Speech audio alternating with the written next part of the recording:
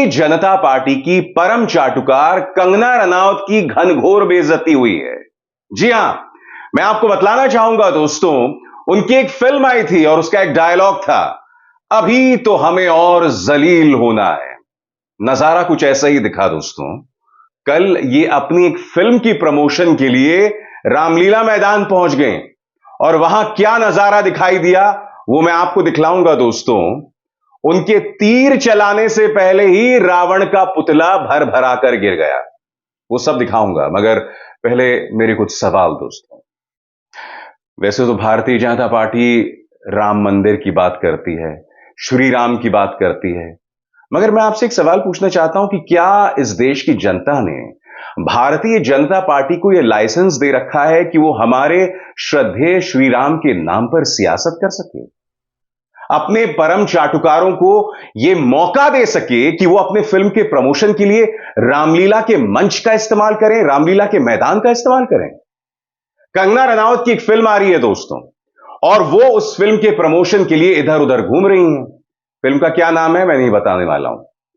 कहने का अर्थ यह है दोस्तों कि पूरी भारतीय जनता पार्टी सरकार उनके फिल्म के प्रमोशन में लगी है। क्या भाजपा के दो रुपल्ली ट्रोल स्वरूपी नेता या बड़े बड़े मंत्री सब उनके आने वाली फिल्म के प्रमोशन में लगे हुए हैं? मगर कल जो रामलीला मैदान में दिखा ना, वो बहुत ही शर्मनाक दिखा। सबसे पहले कंगना रनावत रामलीला मैदान के मंच में पहुंचने से पहले यह ऐलान करती हैं कि रामलीला मैदान के मंच में पहली बार एक औरत जो है वो रावण के पुतले का दहन करेगी। सुनिए मोहतरमा ने क्या कहा था।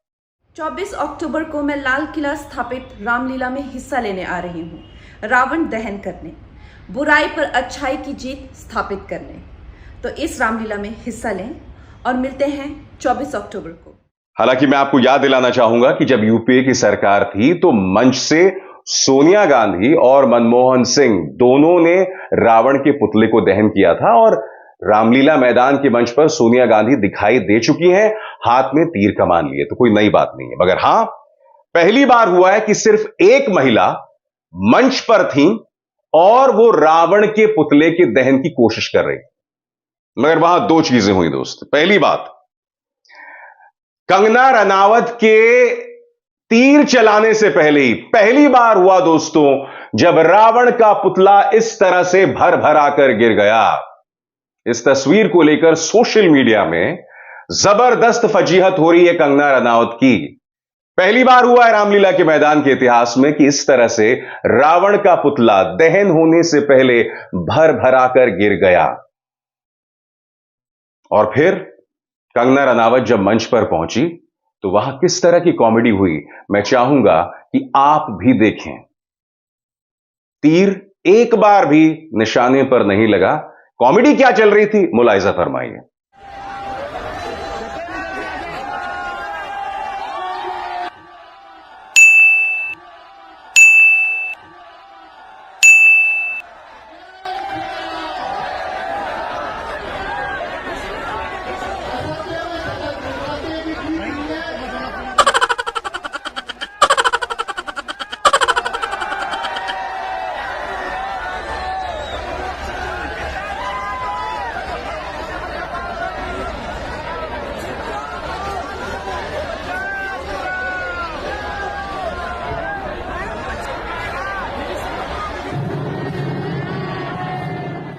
और मंच पर उनके साथ ट्रोल स्वरूपी नेता कौन है वो, हग्गा बग्गा, एनीवेज जो भी हो। तो कहने का अर्थ यह दोस्तों कि ट्रोल्स मंच पर थे और श्रद्धेय श्री राम से जुड़ी रामलीला के इस मंच का इस्तेमाल एक फिल्म के प्रमोशन के लिए किया जा रहा है। मैं आपसे एक सवाल पूछना चाहता हूं, इनफैक्ट यह सवाल मेरा बीजेपी सरकार से है। अगर भाजपा सरकार यह संदेश देना चाहती है कि वो एक महिला का सम्मान कर रही है और उनके जरिए पूरी कायनात में जो तमाम औरतें हैं उनका सम्मान कर रही हैं, तो क्या आपको कंगना रनावत ही मिली थी? बताइए बताइए, आपकी परम चाटुकार ही मिली थी। मैं आपको याद दिलाना चाहूंगा, द्रौपदी मुर्मू याद है, नए संसद का उद्घाटन हुआ था, वहां पर भी राष्ट्रपति द्रौपदी मुर्मू को नहीं बुलाया गया था। अगर आपको महिला सम्मान करना ही था रामलीला के मंच से तो उनको बुलाते हैं। क्या शानदार नजारा होता कि एक ऐसी राष्ट्रपति जिनकी पृष्ठभूमि आदिवासी समाज की है, वो रावण का दहन करती और वो मना थोड़ा ना कर पाती। वो आती, अगर आपका फरमान होती तो राष्ट्रपति भी पहुंचती वहां पर और वो तीर कमान चलाती। मगर किस तरह की कॉमेडी हुई कंगना रनावत की रामलीला के मंच में मौजूदगी से आपने भी देखा। यानी कि भारतीय जनता पार्टी ने हर मोर्चे का इस्तेमाल अपनी राजनीति को आगे बढ़ाना और अपने पार्टी से जुड़े चाटुकारों को आगे बढ़ाने के लिए वो लोग इसका इस्तेमाल करते हैं।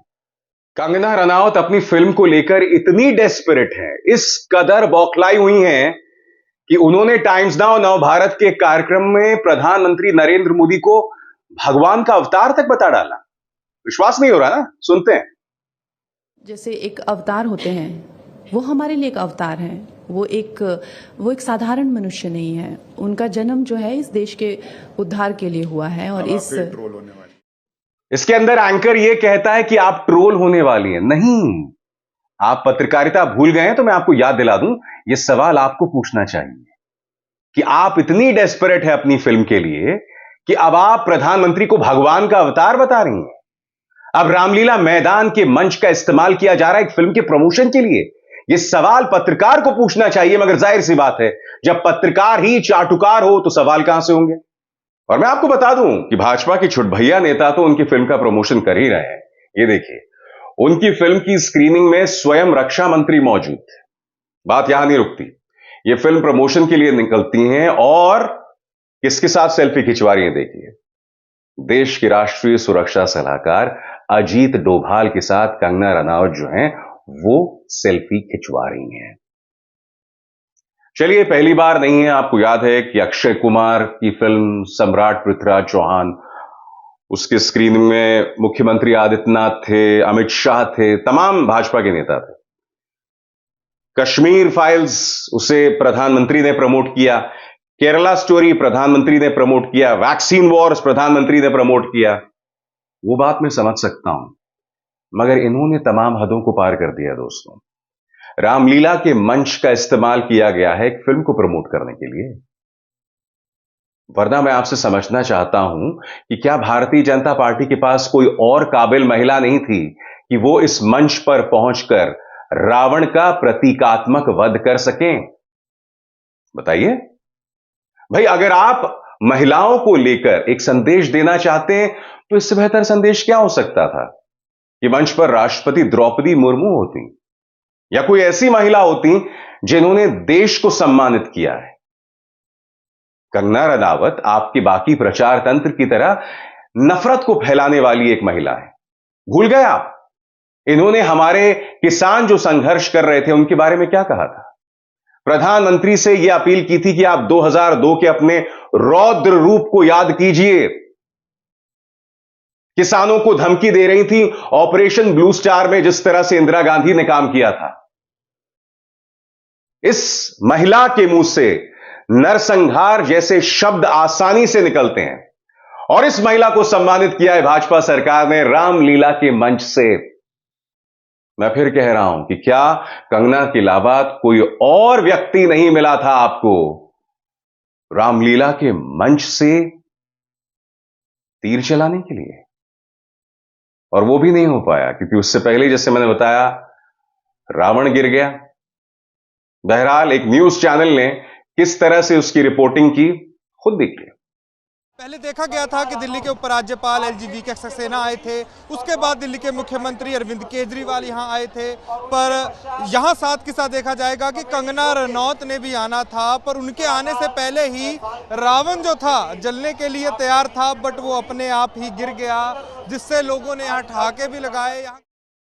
और फिर कंगना का कॉमेडी शो तो आप देख ही चुके हैं कि कंगना तीर चलाने की कोशिश कर रही थी, मगर वो तीर नहीं चला। वैसे पहली बार नहीं है, मैं नहीं भूला हूं कि रामलीला मैदान में इसी तरह से प्रधानमंत्री ने भी तीर कमान चलाने की कोशिश की थी, याद है आपको?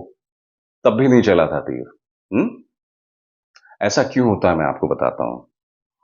ऐसा इसलिए होता है जब आप श्रद्धेय भगवान श्री राम के नाम को राजनीति के लिए उनका इस्तेमाल करते हैं, जब आप श्री राम के रुतबे, उनके वर्चस्व, उनकी अस्मिता से बड़ा एक नेता की अस्मिता को बनाने का प्रयास करते हैं। और नेता तो छोड़िए, उनके परम चाटुकारों को भी श्री राम से ज्यादा सम्मानित करने की कोशिश करते हैं।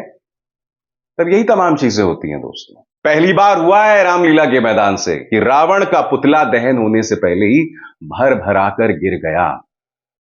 दोस्तों कल्पना कीजिए, इसी तरह से अगर सोनिया गांधी ने, सिर्फ सोनिया गांधी मंच से होती और इस तरह से तीर चलाया गया होता, सिर्फ सोनिया गांधी होती, या फिर कोई ऐसी महिला नेता होती जो भाजपा के करीब नहीं है, दीपिका पादुकोण होती, 2 मिनट के लिए मान लिया जाए, सत्ता में भाजपा ना होती, आप अंदाजा लगा सकते हैं ये लोग धर्म की कितनी दुहाई देते।